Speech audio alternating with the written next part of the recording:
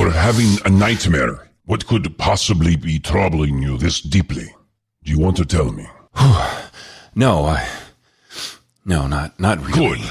I do not have time to hear it. I need you to get up, eat your breakfast, and prepare for your next kill. You are to attend a ball tonight. Wait, a ball? Like a party? Yes, a ball. You are going to enter the surface web. Make a few friends on this group called Clarksville Chive. They're hosting a special masquerade ball tonight for charity. Do you see where this is going? There is a man I need you to kill. James Boone. By day, he moderates the Chive. By night, he assumes a fake name and belittles everyone online. He is a white male, 5'4", red hair, uses racial slurs, preys on depressed young women, and tells teen children to jump into the Cumberland River. A foul man. After this kill, you will, of course, remove yourself from this group located on the nice side of the web. I do not like the idea of you being on there, but that is the only way this can be done. Dickens explained further that I would befriend someone very familiar to me, and I think he realized exactly the kind of game he was playing. I would be known as Harold Farrell. I know, ridiculous, but that's what it was. I would befriend Tammy Page, the same woman I watched through the window on Christmas Day. Dickens could tell I was visibly reluctant. I realize you know her. All the more reason for her to be your date to the ball. Date. I didn't need a date. I just needed to slip in, find the man in question, and drag him off into the woods to kill him. This was insane. Me, on the nice side of the web. I knew I was going to despise this. Tracy Page, oh my God. I love you, but get down here. It doesn't matter whether you wear a white or black hat, you're still the greatest person I know, but we're gonna be late for school. Fine, black hat. It makes me look like a mob boss, and that's hella lit. Oh, Lord. I'm coming! Yeah, I guess it's about time I told my side of the story. My name is Tammy Page. I'm 35 years old, recently divorced. My twin sister has gone back crazy, God bless her, and my now 16-year-old daughter, Tracy, tried to kill my ex-husband. Yeah, that's a lot. I'll get into all that at a later date. For now, I'd like to tell you a very strange thing that happened to me this January night, and it changed my life forever. It all started when I met this random man online. We chatted for a while before moving over to voice chat. I preferred our texting dialogue, but he struggled to spell simple words and kept blaming it on autocorrect. Whatever. I gave him the benefit of the doubt. Our conversation went a little something like... This is weird. Hello to you, too. I'm guessing you don't use the internet much. What's going on with your camera? I just see a black screen. No, I don't know how to turn it on. I just don't use the internet very much. But anyway, I need friends, I guess. Clarksville Chive seems to be the best place to get them. You're not wrong, but there should be an option to turn your camera on. Just press the button. I don't know. I'm pressing and it's just not wanting to work. I'm due for a new phone. Let's just voice chat for now. That's fine. Oh, hey, I'm sure you saw it on the page already, but Clarksville Chive is holding a ball tonight. Money from the tickets will go to the Manna Cafe. They're in desperate need of resources. You should get a ticket. We should go together. It could be fun. There's going to be fireworks, drinks, everything. I suppose so. I won't know anyone else there, so I guess that makes the most sense. Wow, how romantic. Well, I don't know. I'm just joking. See you there at Freedom Point, 6 o'clock. So, fireworks at a charity ball. Is the ball funding itself or the actual charity? Don't tell me a bunch of rich people are just trying to make themselves look virtuous. I wouldn't hold such a cynical view, Harold. The world is generally filled with good people. Anyway, I've got to get going. See you tonight. Was this a date? I don't date, I kill. Whatever the case was, I had to get ready.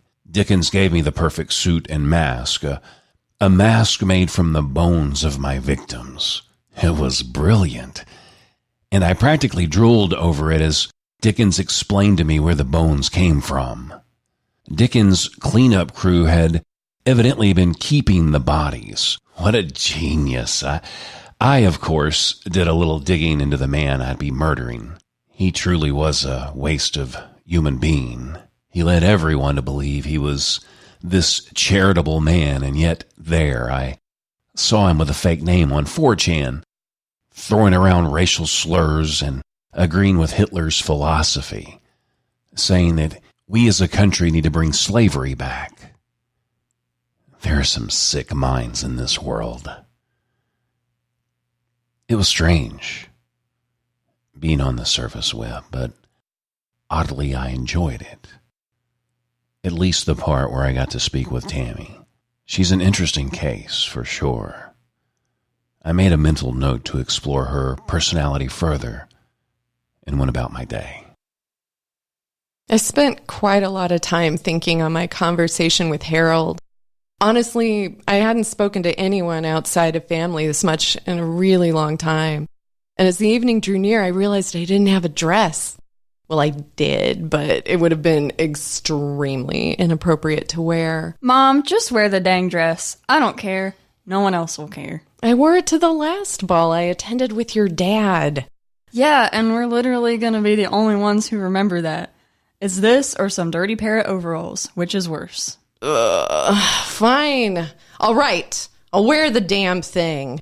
Maybe he who shall not be named will see a picture of me and wish he hadn't lost his damn mind. So, you're going out with some random dude that you met online today. We bickered back and forth until my daughter realized that I was going to go whether she liked it or not. It was safe. The chive was always safe. Out I went. Our plan was to meet together at the ball rather than him pick me up. See, I can be safe. I arrived at the ball on time, looking sharper than ever. People oohed and awed at my bone mask, and I simply explained that a local artist, Amanda Dudley, made it from animal bone. They bought it. I was surprised to see such a spectacle made of this event. Fireworks lit the sky outdoors, people sang and drank and wore the most eccentric outfits. My thoughts on the whole scene were abruptly interrupted. Hey, Harold, I got that picture of you with the bone mask. Super creepy. I love it. Hi. Sorry, I don't get out much. I'm not good at small talk. I don't mean to derail you, but that mask, where did you get it? Did you kill someone for it? Yes, as a matter of fact, I did. Nothing like good old-fashioned murder. Hey, did you meet James Boone yet? He's like a big deal around here. He gave over $4,000 to man a cafe. I haven't met him, but I should. Shouldn't I? Maybe shake his hand, maybe buy him a drink. Go for it. Some of my other friends are here too, so I'll catch up with them and then we'll meet back here. Sound like a plan? A perfect one. I fled her immediately. It was far more emotionally draining to have a conversation with someone in real life as opposed to online. Anyway, there he was. The man of the hour, just standing there laughing and making merry with his friends. I paid for a drink and slipped a little something special in it just for him. Introductions were made. I pretended to adore him. The mask Dickens made for me gave me a feeling of confidence I wouldn't have otherwise had in such a crowded room. James took a sip. He took 2, then 3. Before I knew it, he was on the verge of blacking out, right where I wanted him. I swept in like the model citizen, and I told everyone I'd drive him home. The silly people believed it. No, he and I were going to take a trip into the forest. His hands were bound tight enough that he had no chance of escaping. The rope was also loose enough to give the poor soul some hope. If by some outstanding stroke of luck he was able to escape, the poison would take him down before he reached the edge of the woods. He begged me for at least an hour to stop. Then, he begged me to finish it quickly. I may have overdone it, a little, but that's just how I do business. What scum! I spat at my fifth victim's body. I even gave him a chance to explain himself. Every particle of Nazi vomit that spewed from his bigoted mouth made me want to kill him more. I'm not sure if it's science or if it's my imagination, but your blood smells sweeter than any I've ever had on my hands. After it was done, everyone in the chat donated extra Bitcoin, citing my new mask as their reason for such generosity. What a beautiful audience. I did ponder for a moment as blood from the carving I made in his back seeped its way into the earth where this maggot came from. Would the crew clean the ground as well? It was no concern of mine. I trusted that Dickens would take care of it. I thought of returning to the ball to make good on my promise to meet up with Tammy, but I thought better of it. Dickens would never have approved. But maybe I could stay in contact with Tammy. Maybe Dickens would believe that I forgot to delete her from my phone. No, he would know my intentions. I have to proceed with caution. I went home that night more downhearted than I intended. At the same time, I still managed to carry on the night with a spark of hope. Harold let me know that James made it home safely, and I was charmed by the fact that he'd helped someone to that degree, whom he'd never met. But that next morning, I felt more terrified than anything.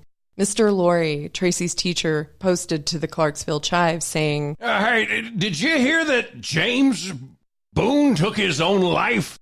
Turns out he was a closeted bigot. Can you believe it, people these days? I stared at the screen. I couldn't believe it. And because Harold was probably one of the last people to see him alive, he'd have a lot of explaining to do. Maybe Harold was the killer. Nah, I've watched too many true crime documentaries. Harold was a good man from what I could tell. His eyes were sad, but his vibe was good. I'd hoped to get the chance to see him again and his actual face, but that would be for the universe to decide.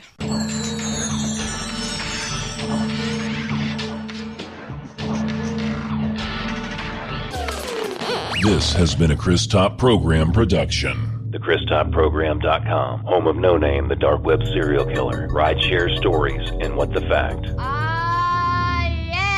Yeah! The sky may have fallen, but it's not the end of the world. Dickens is our savior. We will all take part in his plan. Save the space. Save the human race. Chicken Little was a bitch anyway.